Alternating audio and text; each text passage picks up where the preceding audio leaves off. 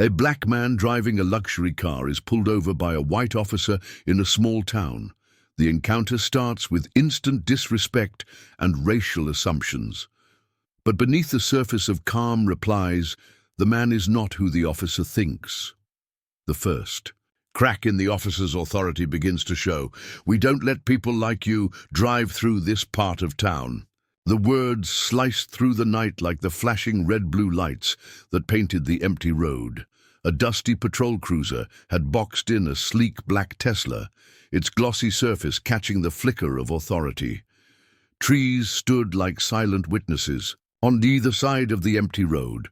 Far in the distance, porch lights blinked in sleepy suburban indifference. But here, on this stretch of asphalt soaked in moonlight and tension, it was just them.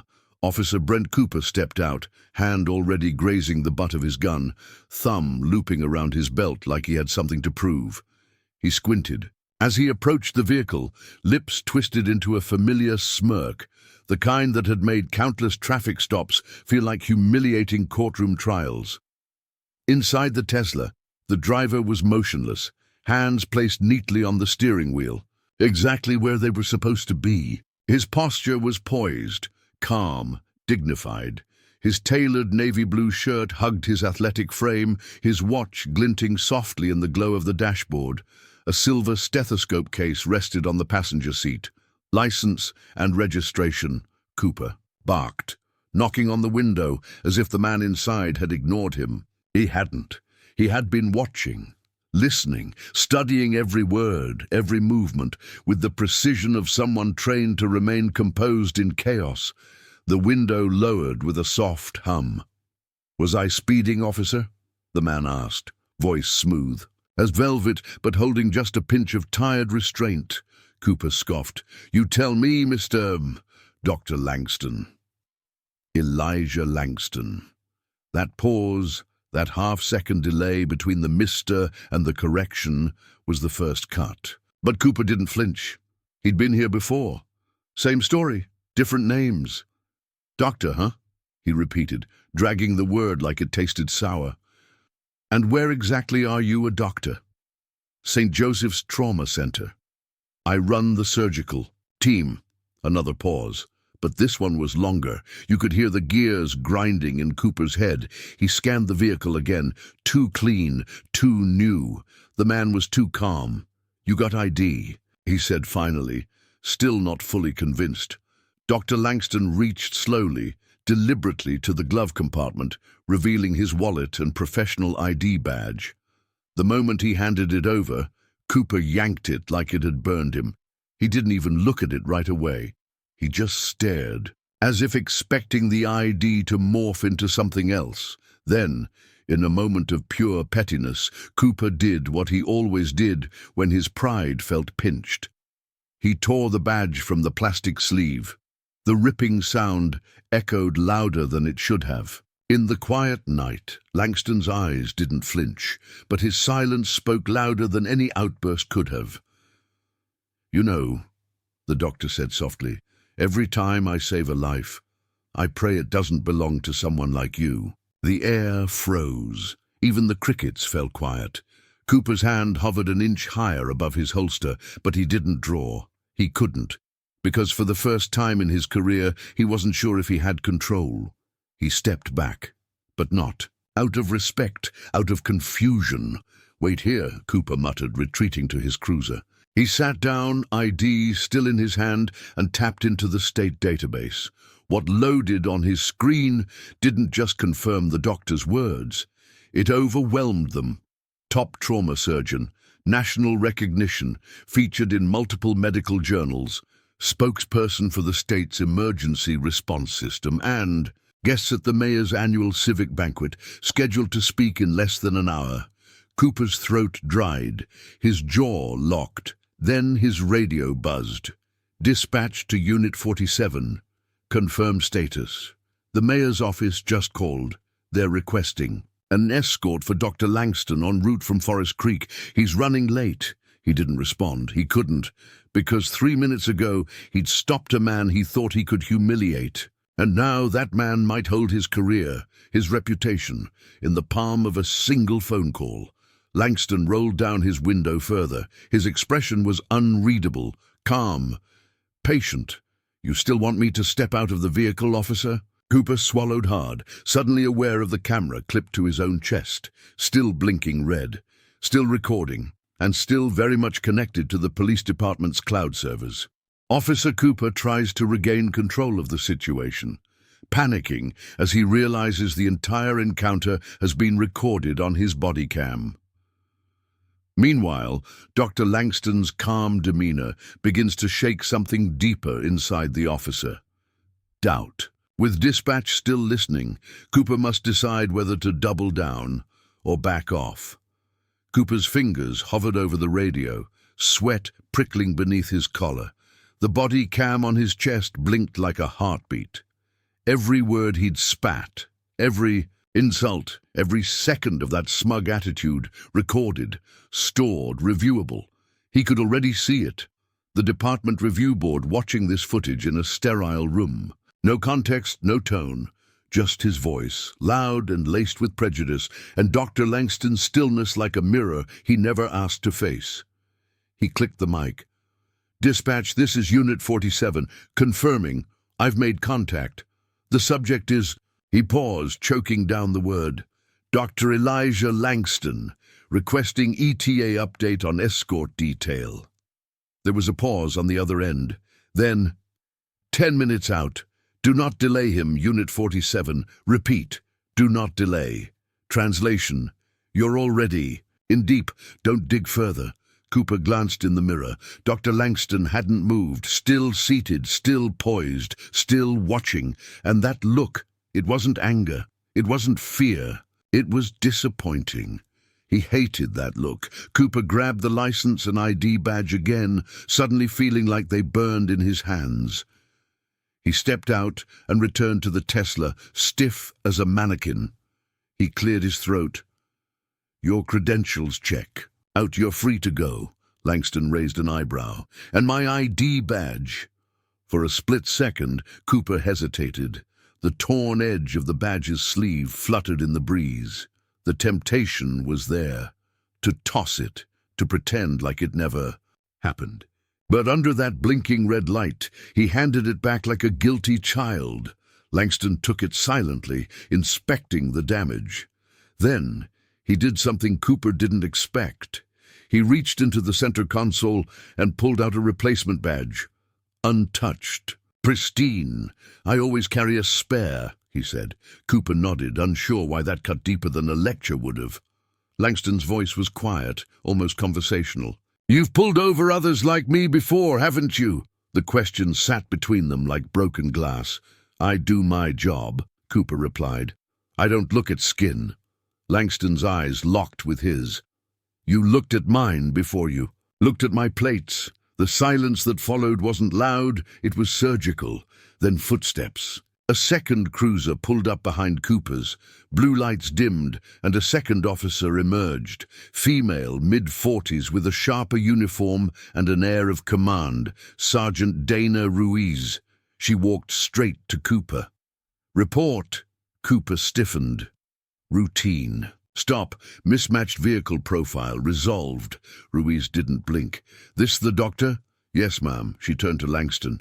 "Dr. Langston, apologies for the delay. We're here to escort you. Please follow us." Langston nodded politely. But he didn't pull away just yet. He leaned out the window, his voice calm, surgical. "Officer Cooper, you know the part that always confuses me?" Cooper tilted his head, wary.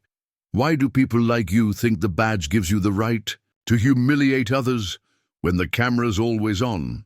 Langston rolled up the window. The Tesla purred to life and followed the new cruiser down the road. Cooper was left in the glare of his own headlights, alone, exposed. Behind him, Sergeant. Ruiz hadn't moved. She studied him, quiet, assessing. "You sure that was routine, Brent?" she asked. He turned slowly. "Yes, ma'am." Her eyes drifted to the blinking red light on his vest. "Well then," she said, "let's hope the footage agrees." And, with that, she walked back to her cruiser and left him standing in the dark, A siren wailed faintly in the distance as the convoy faded into the night. Cooper's hand moved to his chest, right over the cam. It was still blinking, still watching, and now the city would be watching too. Dr. Langston arrives at the mayor's event, welcomed with respect and admiration, but the encounter on the road lingers in his mind. As cameras flash and speeches begin, word of the stop begins to spread, quietly at first. A storm is forming behind the suits and smiles. The city hall was bathed in golden light. Marble steps gleamed under the floodlights, and the flags above swayed gently in the breeze. Inside, the rotunda buzzed with polite conversation, clinking glasses and the sound of polished shoes moving across floors too shiny to have seen hardship. Dr. Elijah Langston stepped out of his Tesla like a man untouched by conflict. His suit was crisp, his demeanor unbothered, but inside the tension from the roadside confrontation had not left him. It had simply folded itself into a box, tight, precise, waiting to be opened when necessary. He was met at the entrance by Mayor Cynthia Graves herself, a tall black woman with iron in her spine and warmth in her smile. "Dr. Langston," she greeted, offering her hand. "Thank you for coming, and I heard about the delay. Unbelievable." Langston returned the handshake. "I'm here now. That's what matters." She gave a nod that carried weight. "Still, we'll be looking into it." He didn't ask what looking into it meant. He didn't need to. Inside, the ballroom was a cathedral of wealth and influence. City officials, surgeons, philanthropists, and media heads mingled in their finest. On the far side, a podium stood beneath a massive banner, "City of Progress, honoring our heroes in healthcare." Langston's name was already making the rounds. Our keynote speaker, the trauma genius from St. Joseph's, the man who saved the senator's daughter last spring. But beneath the praise, something else had begun. Quiet murmurs. A whisper, passed from a staffer to a reporter, a cryptic message from the mayor's assistant, and then a few words overheard near the refreshment table. "Did you hear? Officer Cooper pulled him over tonight, tore his ID apart, called him you people. On my body came." It hadn't even been 2 hours, but news, like water, found every crack. And people like Dr. Langston were never allowed to drown silently anymore. He stood near the edge of the crowd, half listening to a conversation about urban trauma centers, when a woman in a navy dress touched his elbow. "Doctor, Channel 7 just requested a short interview, after your speech, of course. Do you mind?" Langston glanced at the cameras setting up across the room. "I don't mind," he said, "but I won't be talking about medicine tonight." The woman blinked. "Oh, I think something more urgent needs to be addressed." She gave a tight nod, the kind that meant she already knew. Back near the ballroom entrance, a young black intern scrolled through his phone, eyes widening. "Yo," he whispered to his colleague, "the clip's online. Just 30 seconds, but it's bad. Real bad." The footage showed Cooper's face, twisted in superiority, the exact moment he tore the badge. It showed Langston's composed expression, his haunting line, "I pray it's not someone like you." And the comments were already piling up. "This man's a surgeon. This cop just ruined his life. How many times has he done this to someone who wasn't a doctor? Body cams are our best hope. Don't let this disappear." The mayor approached Langston again as the lights dimmed for the program. Her tone was lower now, laced with resolve. "Elijah, whatever you need to say tonight, say it. We'll back you." He didn't smile. He simply nodded once. Then he stepped toward the podium, the crowd quieting as his name was announced, the cameras locking in. The applause was generous. The lights are warm, but something colder was stirring behind it all. Justice, slow-moving, had opened one eye. Dr. Langston stood at the podium like a man preparing for surgery, measured, precise, and focused on the incision. He didn't shuffle notes. He didn't check the mic. He just placed his hands on either side of the stand and looked into the eyes of the 100 faces before him. I was going to speak tonight about trauma systems, emergency care, and the future of surgical innovation. His voice carried, not loud, not aggressive, but sharp enough to slice through the clinking of glasses and shifting chairs. But then, on my way here, I was pulled over. A ripple passed through the crowd. Not from those who already knew, but from those who didn't. I was told I didn't belong here, that I looked suspicious, that people like me don't drive cars like mine in neighborhoods like yours. A pause. No one breathed. My ID was torn. My title was ignored. My presence was questioned. I said nothing, because I've learned silence is sometimes safer than truth. He stepped back for a second, letting the air absorb his words. Then he leaned forward. But tonight I choose the truth. He reached into his jacket and held up the torn plastic sleeve. Transparent, empty. This is what's left of my identity in the eyes of some people. Phones were already raised. Photos were being taken. Streams were going live. He didn't stop them.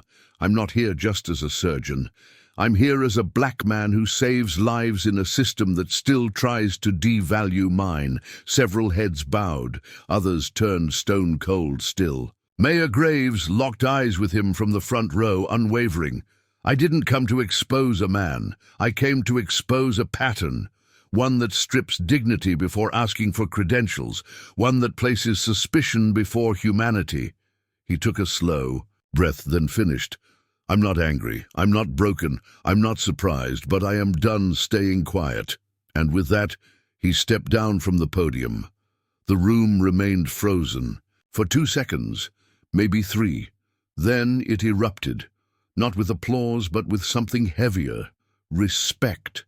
The kind that rises in silence, that moves in standing ovations, not out of celebration, but solidarity. Mayor Graves walked toward him and placed a hand on his back. "We'll make this right," she said quietly, but Langston only nodded once, eyes already moving toward the door, because the real operation had only just begun. Outside, reporters waited like vultures. One shouted, "Dr. Langston, is it?" "True, the officer tore your ID. Is the department responding?" He stopped for a moment, glancing at the crowd, cameras in hand, phones lifted. All waiting for a quote, he looked straight ahead, calm, composed. "You've all seen the footage," he said. "I'm just the first one who had credentials they couldn't ignore." Then he walked past them all, into the night, into the story, into the center of a storm, long overdue. The precinct smelled of burnt coffee and cheap disinfectant. Officer Brent Cooper sat stiffly in the narrow hallway outside Internal Affairs, legs tapping out a nervous rhythm against the tile floor. The building was unusually quiet for a Thursday morning. Phones weren't ringing as often. Conversations were happening in hushed tones. A few officers walked past without making eye contact. He could feel it. His name was in every room, even when his face wasn't. On the wall across from him, a TV played local news on mute. Footage of last night's gala rolled silently. Dr. Langston at the podium. The crowd was standing, the badge sleeve raised like evidence in a courtroom. Then the screen cut to a still image. Cooper, mid-sentence, leaning into the car window, his mouth twisted into a sneer. Beneath it, surgeon profiled, officer under review. He looked away. The door beside him opened with a creak. A woman in a grey suit, clipboard in hand, called his name. "Officer Cooper, they're ready for you." He stood, throat dry, and walked into the windowless room. 2 men sat behind a metal table. One wore a police captain's uniform, the other a plain suit. Internal Affairs. A third chair faced them. He sat down. No handshakes. The IA officer began. "Are you aware of the body cam footage circulating?" "Yes, sir." "Do you admit to stopping Dr. Elijah Langston?" "Yes, sir."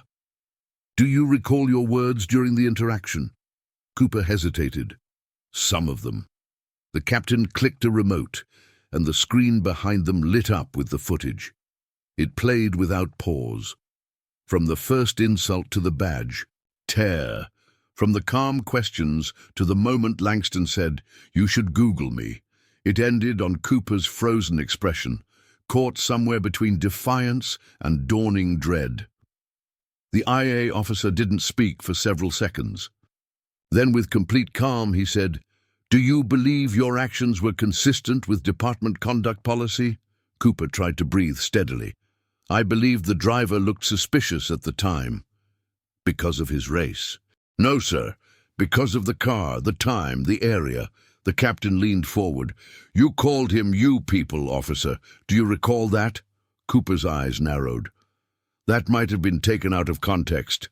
The IA officer raised an eyebrow. "This department has already received 17 media requests for comment. City Hall is demanding disciplinary review, and your footage has over 300,000 views in less than 12 hours. Cooper looked away. "It was a bad moment. I didn't mean anything." The captain cut him off. "You meant it. The badge doesn't protect bias. It exposes it." Silence pressed in again. The IA officer flipped a page on the clipboard. "You're being placed on administrative leave pending full investigation. Turn in your badge and weapon." Cooper blinked. "Wait, already?" Effective immediately. A long pause followed. Then slowly, reluctantly, Cooper unpinned the silver badge from his chest and placed it on the table. He unholstered his service weapon and slid it across without a word. The room felt colder after that. "You'll be contacted regarding your hearing," the officer added. "Until then, you are not to speak to the press or engage on social media. Am I clear?" "Yes, sir." He stood up, hollow, and walked out the door. In the hallway, no one met his eyes. Outside the precinct, protesters had already begun gathering, small in number but loud in purpose. Signs read, "He could have been killed." "Black lives in." White hands. "Doctors deserve dignity, too." As Cooper slipped out the side exit and into his personal car, a young woman across the street locked eyes with him and raised her phone. He wasn't a cop anymore. He was a headline. The video was everywhere. Cable news anchors debated it across split screens. Podcasts replayed it, pausing on each phrase. Hashtags surged. "Surgeon while black. Badge and bias. Langston deserves better." In just over a day, the footage had crossed state lines, party lines, and hospital walls.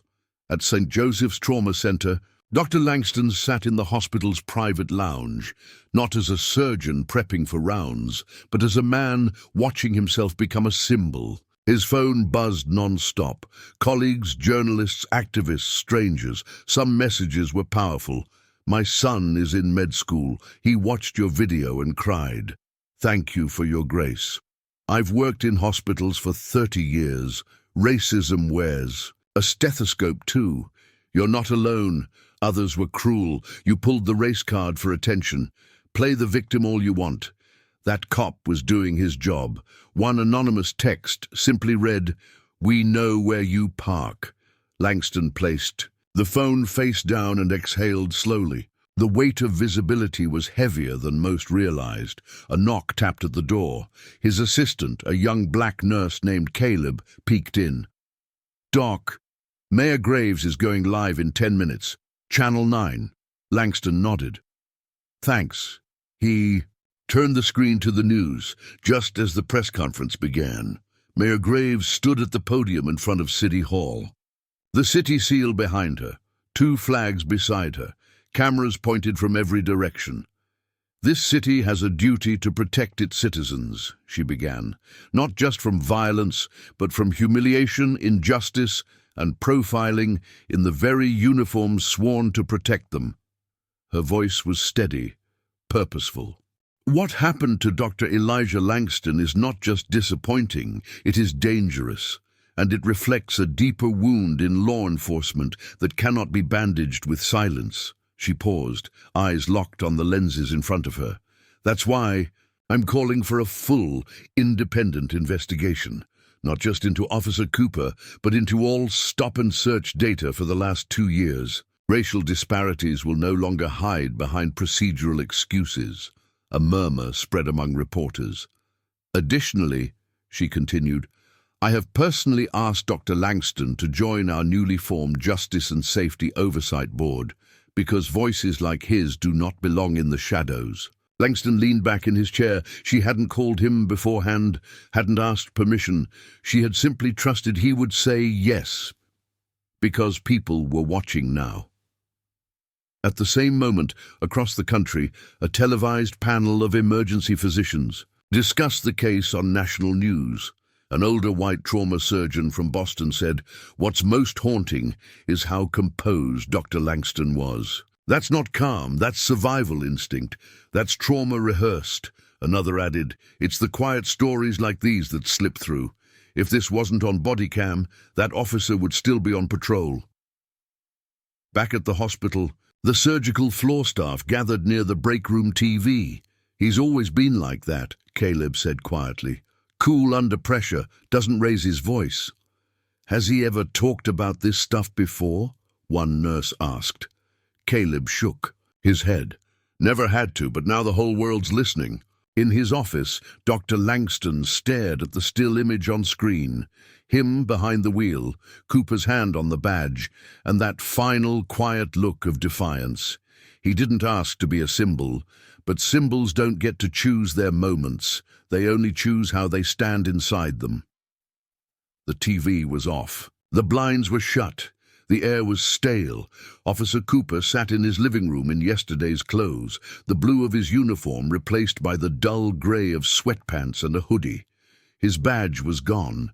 His gun was locked away.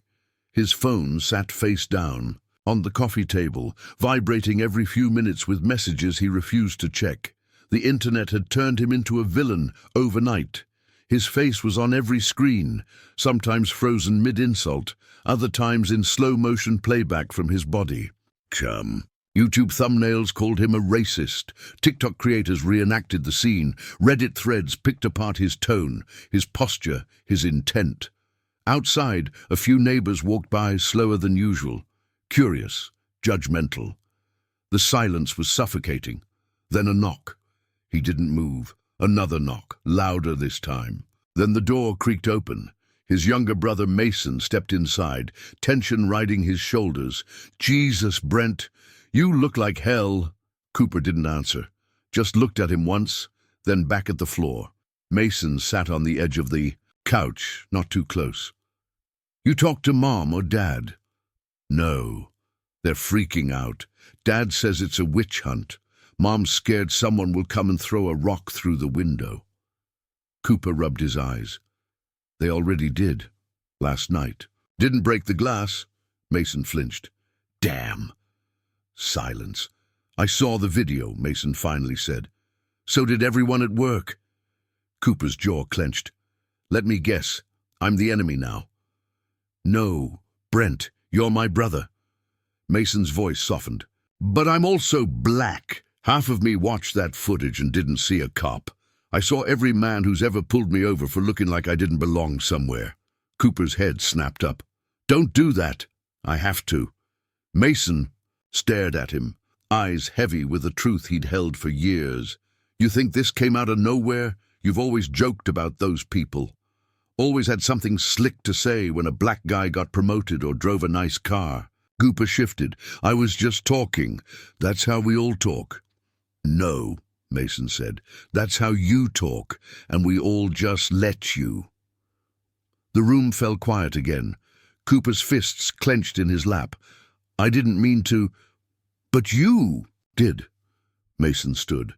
"You meant every word. You just didn't expect a camera to catch it." As he turned to leave, Cooper's voice broke through.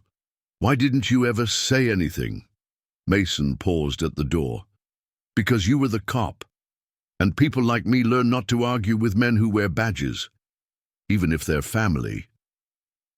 The door clicked shut.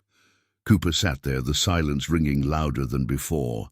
His eyes drifted to the mantel. Family photos. Him in uniform. His father beamed beside him. Mason off to the side, smiling tighter. Distant. He'd always thought he was the protector. Now he wasn't sure who he'd been protecting, or from what, and for the first time in his life, Brent Cooper realized he might be exactly the kind of man he claimed to stand against. The boardroom at St. Joseph's was dressed like a courtroom, pretending to be casual: oak table, frosted glass, bottled water lined up like props. A long stretch of framed certificates adorned the wall, proof that this was an institution built on pride and polish. Dr. Langston sat at the far end, flanked by hospital administrators, legal advisors, and board members. Most of them were older, white and visibly uncomfortable. At the head of the table sat Martin Kessler, the chief executive officer, sharp suit, softer voice. "Elijah," Kessler began, folding his hands, "let me start by saying we're deeply sorry for what happened to you." Langston didn't nod. He just listened. "We're aware of the attention this situation has generated, and while your composure has been commendable, really the whole city admires you, we're entering a very sensitive moment for the hospital." There it was. Kessler continued, "Sponsors are watching, patients are watching, and while we support your right to speak out, we also have to think about the message we send as an institution." Langston raised an eyebrow.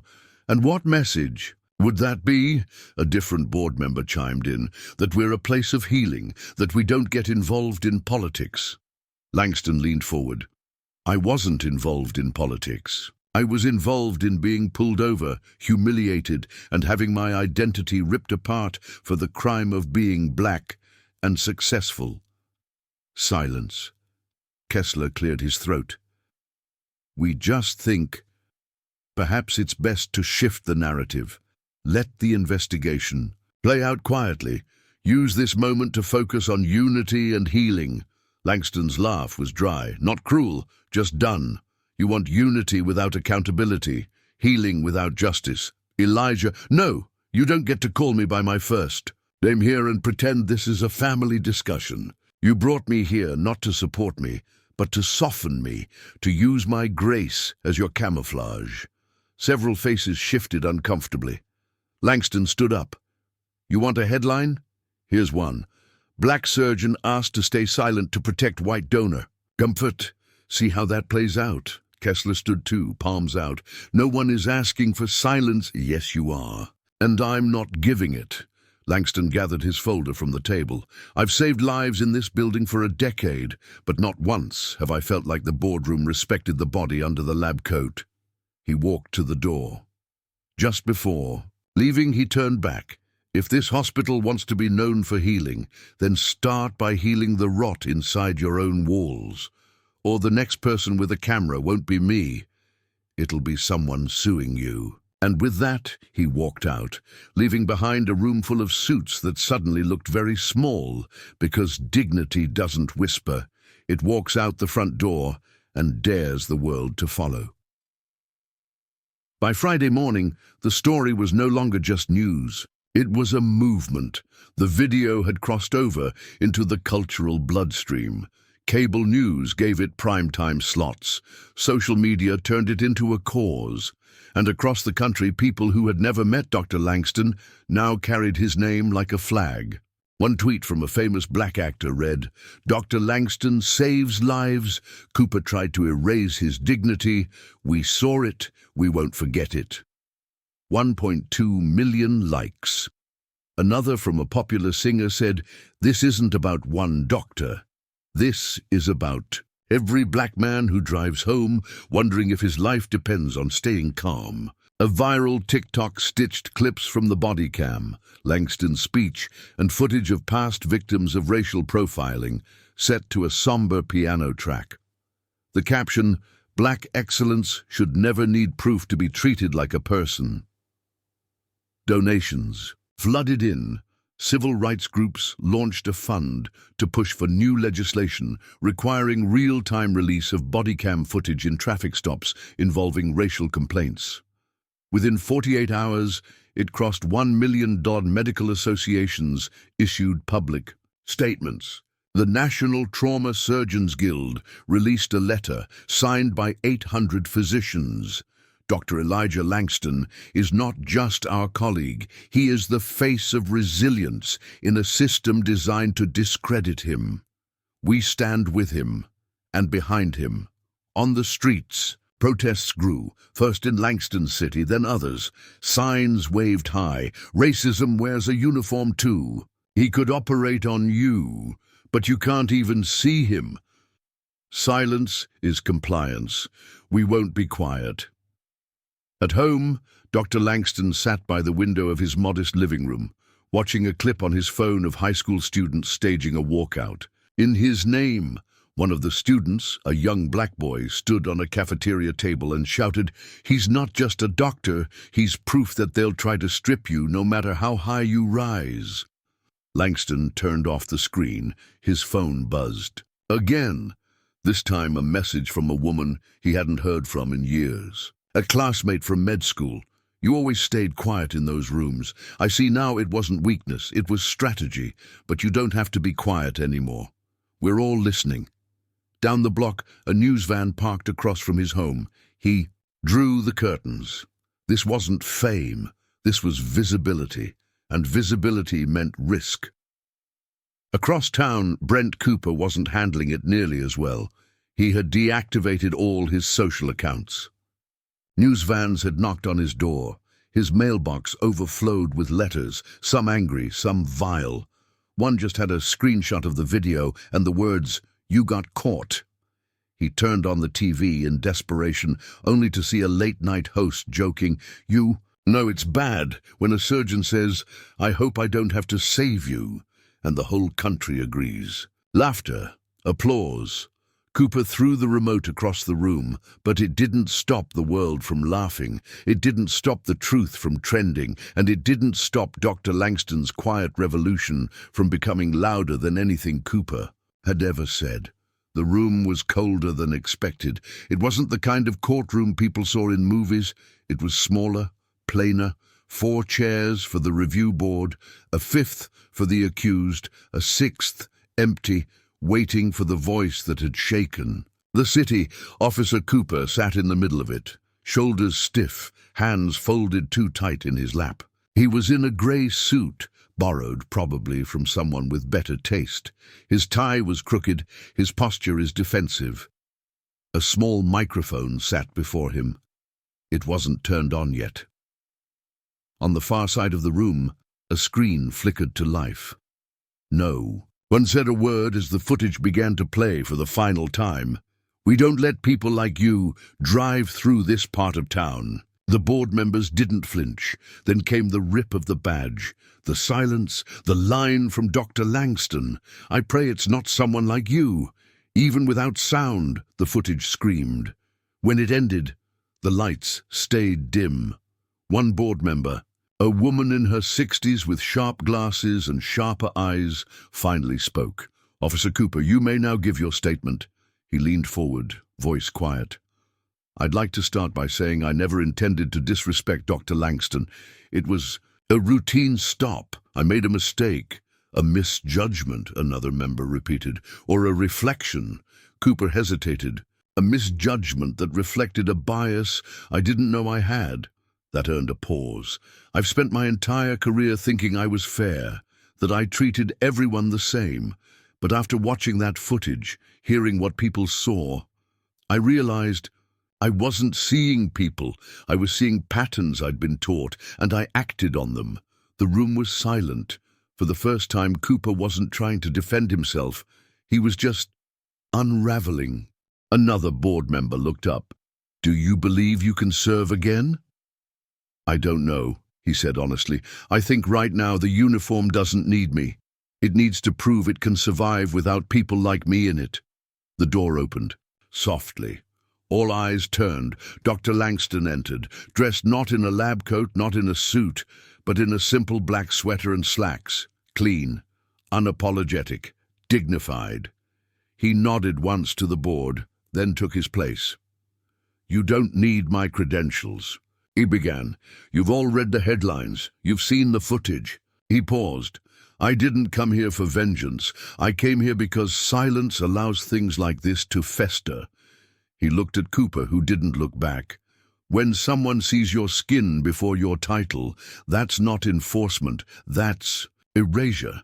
And I've seen it more times than I can count, in hospitals, in banks, in elevators.